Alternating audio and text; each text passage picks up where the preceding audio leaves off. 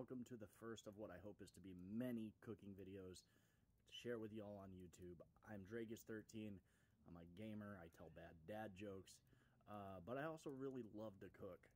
And today we're going to be cooking reverse seared ribeye steaks, some sauteed green beans, onions, and mushrooms, and some baked sweet potatoes for Sunday dinner. So stick with us. We'll show you how we do it. More to come. Alrighty, so while our grill comes up to temperature, we're going to be heating it to about 350 today. We're going to season up and get everything ready to go. So we're going to start with our sweet potatoes. We're going to drizzle a little bit of extra virgin olive oil on them. Just take a brush, make sure to get them good and coated. Make sure to get all sides. This way it gives them a little bit of fat, a little bit of protection as they bake. And a little bit of flavoring on the outside. So once we got these coated with some oil, what we're going to do, I'll stick this in here. We're going to hit them with just some sea salt. Get that outside coated with just some plain old sea salt.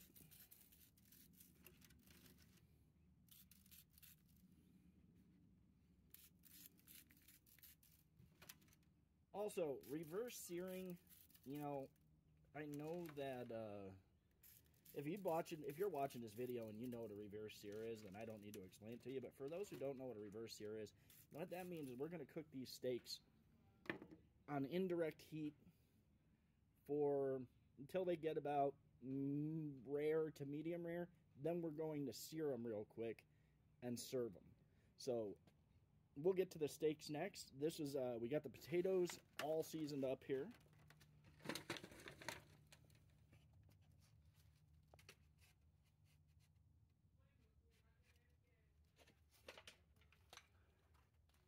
Next, we have our steaks. These are USDA choice ribeyes. I got them at a local butcher shop. They are hand cut. I will leave the directions, the information for the butcher in the comments. If you are watching this from Southern California, go to Luis's Butcher Shop in Downey. The meat is just fantastic quality. We'll let the sun hit that just a little bit, just so you can see. These are choice ribeyes, bone-in, French cut, nice and thick. Again, what we're going to do with these, we're going to just hit them with some olive oil. Get some olive oil on the outside there. Where'd my brush go? Brush it on. Get a good coating on here. We want to make sure that we have something for our seasoning to actually stick to. That's why we're using the olive oil. To also kind of insulates the meat a little bit. And it's going to make for some nice color when we get done. When we pull these off the grill and we sear them. So we'll get that side. For seasoning the steaks, today I'm using Kinder Steak Blend. I could just hit these with salt and pepper. And garlic powder and all of that and call it a day. But I really do like Kinder Steak Blend. It's really tasty. So we're going to liberally season these steaks with this. We will be putting more olive oil on the bottoms. Make sure to get all sides well coated with the rub.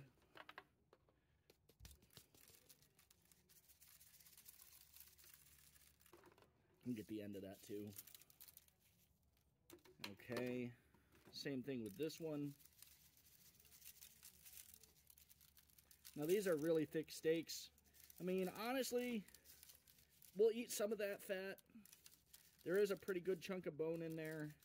We're not going to eat, we're not going to sit there and eat all of the fat. So for the most part, this is a good sized steak for me. And a good sized one for my wife. I'll be eating this one. She can have this one.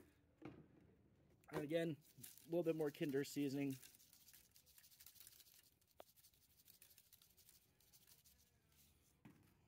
And we're good to go.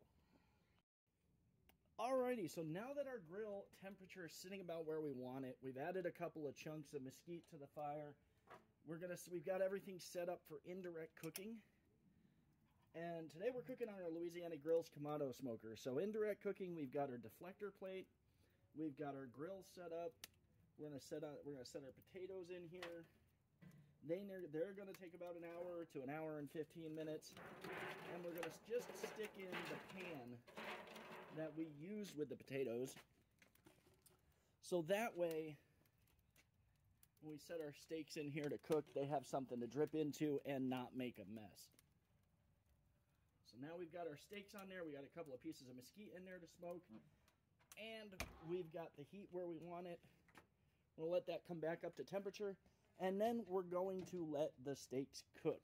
We're probably going to let them cook for about half an hour, then check them, see how they're doing, give them a flip. They're going to take a little while to cook. These are thick steaks. They have a bone in them. They've been in the fridge. They really haven't sat out to come to room temperature, and that's by design. So they're probably going to take about an hour maybe to come up to temperature, maybe a little bit longer. And let me adjust this here and bring you guys up. So yeah, we're gonna take about half an hour. We'll check them. We'll bring you guys out, see how they're doing. Join us then. Alrighty, folks, we are back. These steaks are looking really good. Potatoes are looking nice. They're getting cooked. Starting to tender up. So we gave these a nice flip. We're going to let them sit for a bit. You can see that, you know, that side doesn't, this side has got a little bit more color than this side. We got these flipped. Potatoes are looking good. We'll give those a little turn. And then we're going to let this go for about another half hour. Alrighty, so we've checked our steaks. They've got a while to go yet. They're going to probably take about another half hour to get up to the temperature that we want them at. Our potatoes are looking nice. Again, they're going to take about another half hour. But we got a couple more things that we got to do, a couple more things that we got to get ready. So one thing my wife and I both like with our steaks, and you know, this could be a little controversial for some, is horseradish sauce. What can I say? We absolutely love horseradish. Now, you can buy pre-made horseradish sauce, but what I like to do, I like to just take a good amount of sour cream. We're using Daisy. And then what I have here is Atomic Extra Hot horseradish. This is the best horseradish. You don't need a lot. We're going to put in about that much. Just enough. And then stir it all together.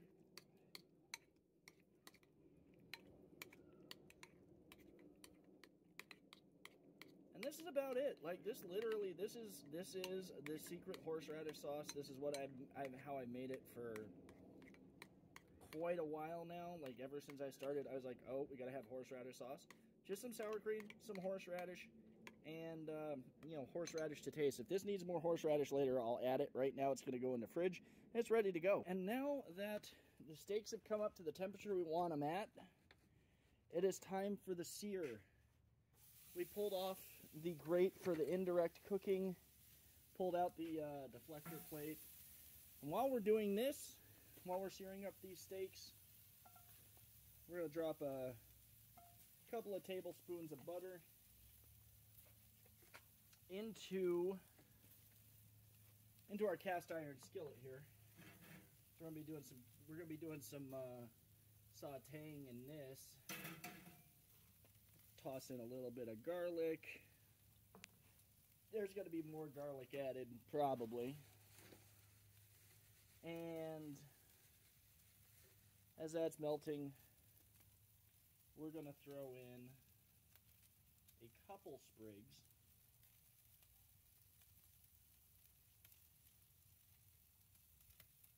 let me get these open here. Throw in a couple sprigs of thyme. And a sprig of rosemary.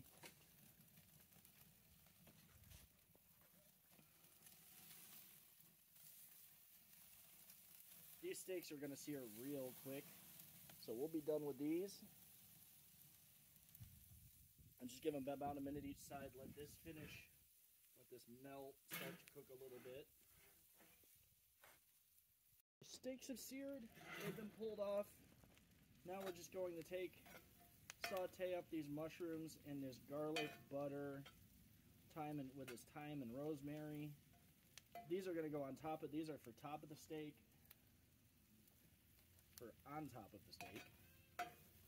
So we'll let those go for a few minutes, then we're going to saute our vegetables. We've got our mushrooms done. We're going to transfer these out of the pan into a container, probably just put them over the top of the steak in the pan that the steaks are sitting in, and then we're going to saute the rest of our vegetables. All right, the final thing that we're going to be making today, all on the grill, is we have some green beans, more mushrooms, and onions that we are going to cook up in our cast iron skillet here. We've got some garlic in there. We have butter. And we're just going to let these cook, let these get tender, not too tender, and then dinner will be pretty much ready. So we pulled the beans and onion and mushroom mix off. That's sauteed. They're perfectly cooked. They got the garlic, the rosemary, the thyme, the butter, some salt in there. Now let's go inside, serve us up a plate, and see how it all tastes. So here we are. That's sweet potato, green beans, steak topped with mushrooms. Let's see how this tastes. Perfectly cooked, perfectly seasoned. Absolutely delicious. Thank you all again for joining us. This has been the first cooking video I've done for YouTube. I hope you all enjoyed it, and I hope to see you again in the future for more cooking videos. Please do hit that like and subscribe button, and we'll see you soon.